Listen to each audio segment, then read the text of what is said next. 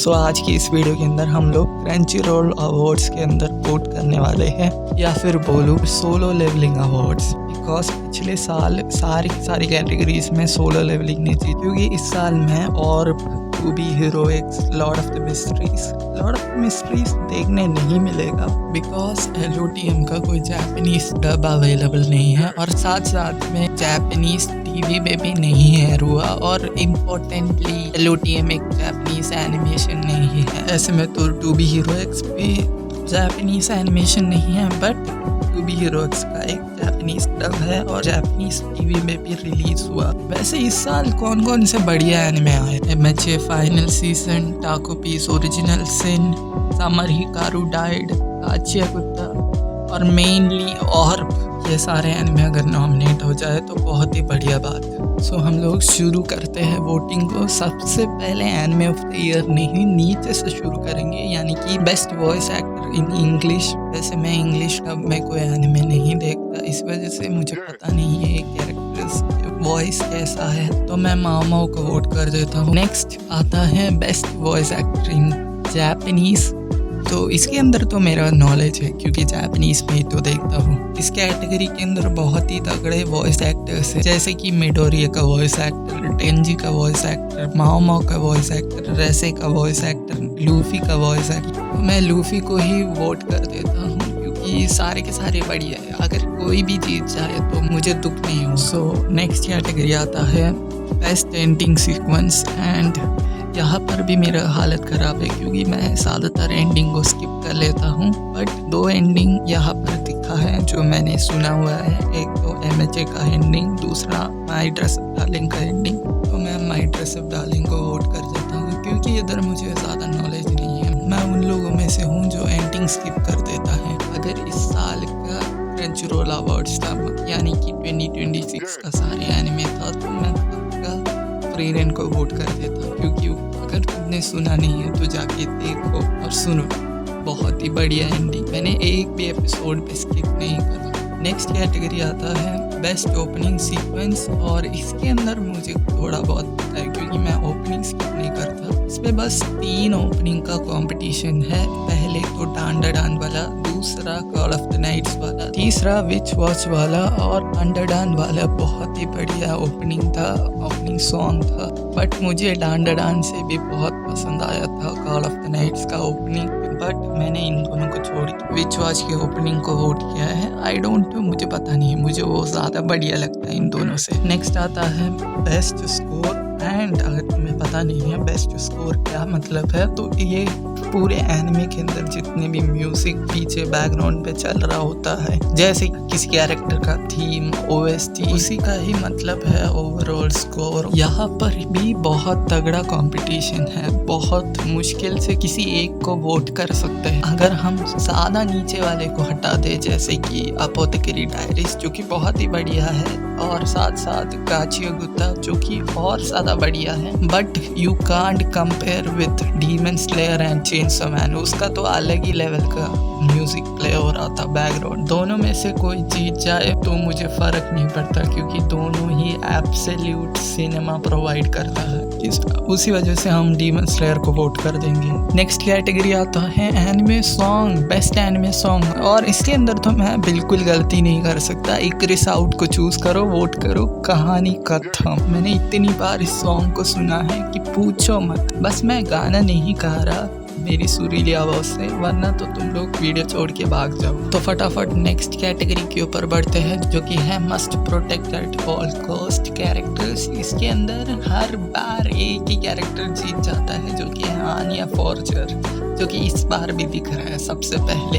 और wait a minute, इज़ुको Midoriya क्या कर रहा है? उसको तो हमें प्रोटेक्ट करना है, वो खुद हीरो है। मैं तो डेकू को वोट नहीं कर रहा, मामो को कर सकते हैं, वागुरी को भी कर सकते हैं, टाकोबी को भी कर सकते हैं, बट मैंने चूज किया है स्वीका को। अगर तुमने डॉक्टर स्टोन देख के खत्म किया है लास्ट पार्ट तो तुम्हें समझ आएगा, इसलिए मैं पिक कर रहा हूँ स्वीका। Next best supporting character, and इसके अंदर थोड़े तगड़े लिस्ट है। फिर जीजी फ्रॉम डांडाडान, फिर Jinshi from apothecary diaries, and Bakugo from MHA final season, and Shinso का ये नाम के आगे एक और नाम, ये तो स्पॉइलर हुआ ना। और फिर लास्ट टर्बोग्रैंड। ये 2 नॉमिनेशन सेम ही एनिमे को क्यों देना है? अपोथेकेरी डायरीज का भी 2 कैरेक्टर्स को नॉमिनेट किया है, डान का भी 2 कैरेक्टर्स को नॉमिनेट किया है। आई डोंट नो क्रंचरोल इस कैटेगरीज में ऐसा क्यों करता है। हर साल क्रंचरोल ये ऐसे हरकतें क्यों करता है? 2 एनिमे को एक्स्ट्रा नॉमिनेट कर सकते थे, किसी अंडररेटेड एनिमे या फिर किसी और एनिमे को नॉमिनेट कर सकते थे।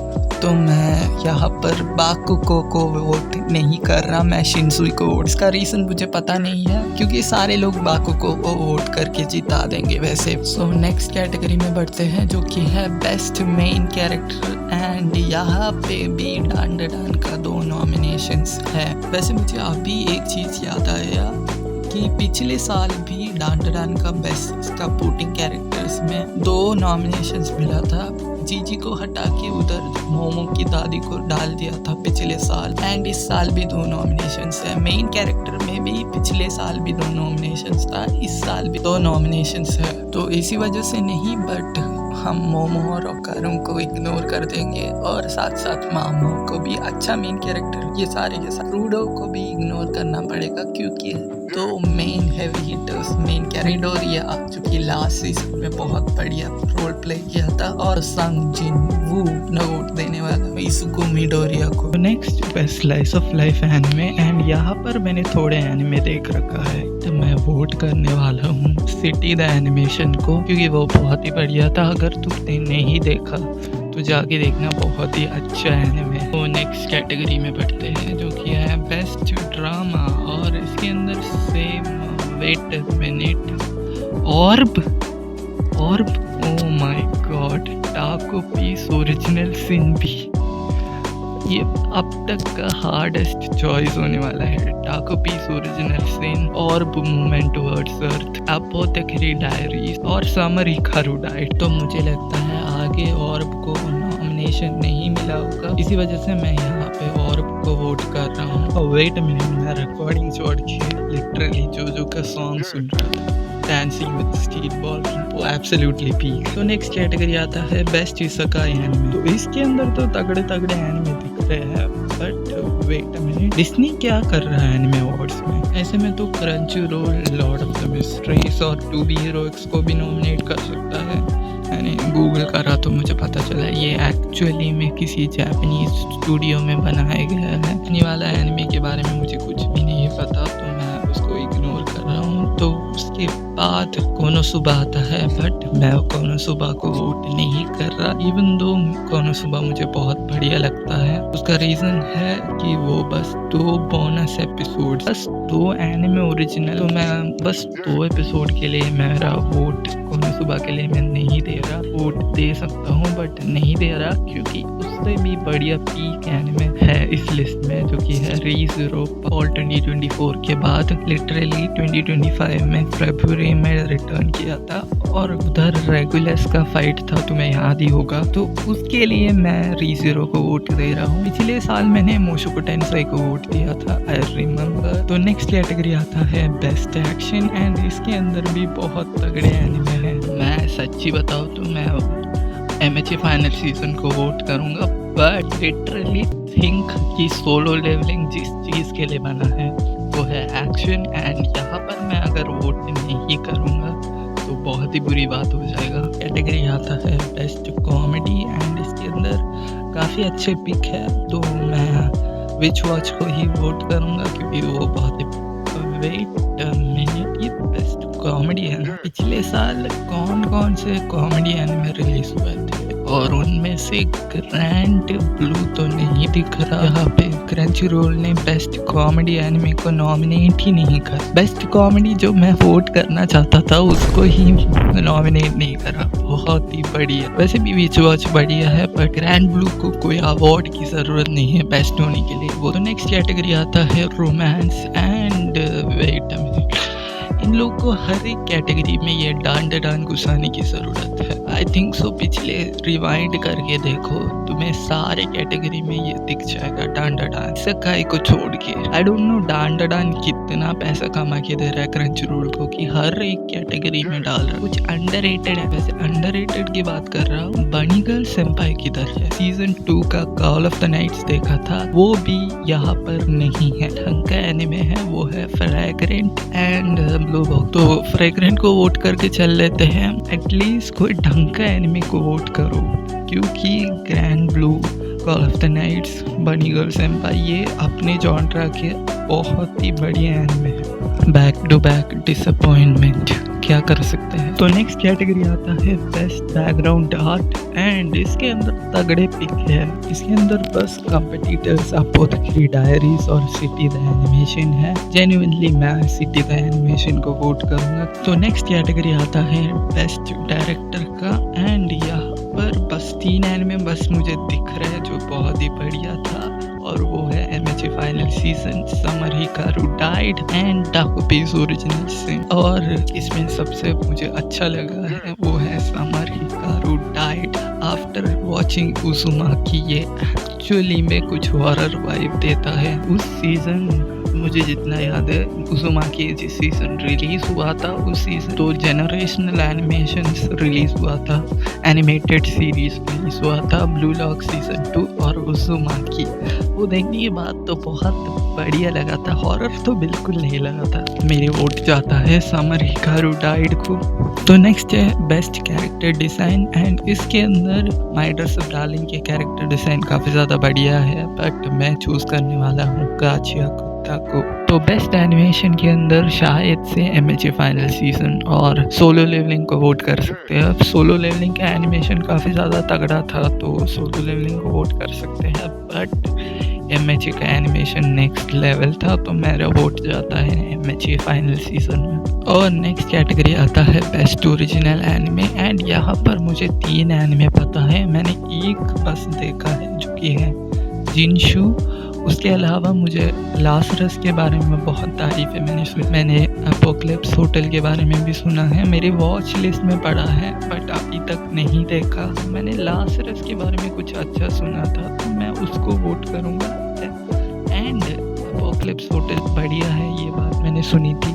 नेक्स्ट कैटेगरी आता है बेस्ट न्यू सीरीज एंड इसके अंदर कुछ तगड़े एनिमे जैसे कि साकामोटो डेज, फ्रेग्रेंट, गाचिया कुत्ता, समर हिकारू डाइड, डाकुपीस ओरिजिनल सिन। ये थोड़ा मुश्किल है बट मैं वोट करूँगा डाकुपीस ओरिजिनल सिन को। तो नेक्स्ट कैटेगरी आता है बेस्ट कंटिन्यूइंग सीरीज और अरे ये क्यों डालते हैं, क्योंकि यहाँ पर ये तो वन पीस का कैटेगरी है बेस्ट कंटिन्यूइंग सीरीज, बट फिर भी माई हीरो एकेडमिया बहुत ही अच्छा कंटिन्यूइंग सीरीज था, बट मैं वन पीस को ही वोट करूँगा।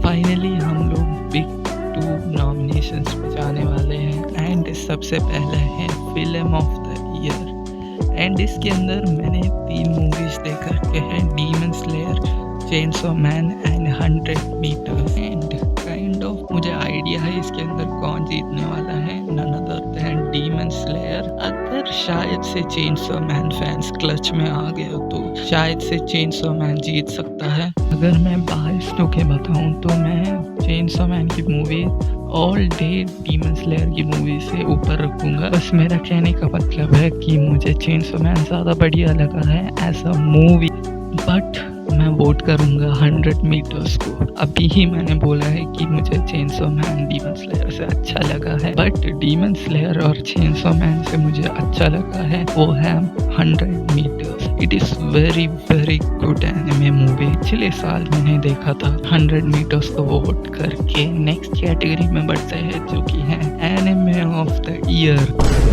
ये क्या है एनिमे ऑफ द ईयर के अंदर नॉमिनेशन? यही तो हर एक कैटेगरी के अंदर नॉमिनेट हुआ है। There is no lord of the mysteries, to be hero X, और क्योंकि यहाँ पर तो हर एक एनिमे था जो हर एक कैटेगरी के अंदर नॉमिनेट हुआ है। एटलीस्ट तुम और को नॉमिनेट कर सकते थे क्योंकि वो एक्चुअली में एक एनिमे था।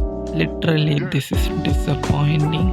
मुझे पता है अच्छे एनिमे जैसे एमएचए है, टाकुपी है, एंड गाचे उत्ता सामरिकारू डाइड है। इससे भी पीक एनिमे पिछले साल रिलीज हुआ था, lord of the mysteries, to be hero X Orb. इनको नॉमिनेट नहीं किया है and that is very sad. मैंने एटलीस्ट ऑर्ब को तो एक्सपेक्ट किया था क्योंकि वो कोई चाइनीज लॉन्गवा नहीं है। मुझे इस साल एनिमे ऑफ द ईयर से ज़्यादा बाकी के जितने भी कैटेगरीज हैं वो बढ़िया लगा है। इवन दो सेम ही नॉमिनेशंस थे बट एक्चुअली में डिजर्विंग और बहुत टॉप टियर नॉमिनेशंस थे। Even film of the year भी बहुत बढ़िया था। तो मैं टाकुपीस ओरिजिनल सिन को वोट कर रहा हूँ। मुझे पता है MHA final season he anime of the year में जीतेगा बट मेरा वोट जाता है टाकुपीस ओरिजिनल सिन पे। इसका रीज़न है मैंने बहुत सारे एनिमे देख रखा है बट अब तक मैंने कोई ऐसा एनिमे नहीं देखा जहाँ पर 6 एपिसोड्स के अंदर इतना बढ़िया अच्छा adaptation, story, characters, emotional and ending. अगर तुम्हें देखना है तो बस तुम एक दिन के अंदर टाकुपीस ओरिजिनल सिन खत्म कर सकते हो और बताना कि क्या ये डिजर्व करता है। एंड तुम YouTube के अंदर जाके टाकुपीस ओरिजिनल सिन को देख सकते हो, ये और भी बहुत बढ़िया बात है। एंड ये रहा मेरे सारे के सारे वोट्स सारे के सारे कैटेगरीज के अंदर। एंड इस साल थोड़ा सा डिसअपॉइंटिंग था specially anime of the year. उसके अलावा तुम मेरे जोजो वाले वीडियो को देख सकते हो जहाँ पर मैंने जोजोस बिज़ार एडवेंचर पार्ट 7 यानी कि स्टील बॉल रन के फर्स्ट एपिसोड के ऊपर रिव्यू डाल के रखा है, तुम जाके देखो। बहुत ही बढ़िया वीडियो है अगर तुम जोजो के अंदर एंटर करना चाहते हो।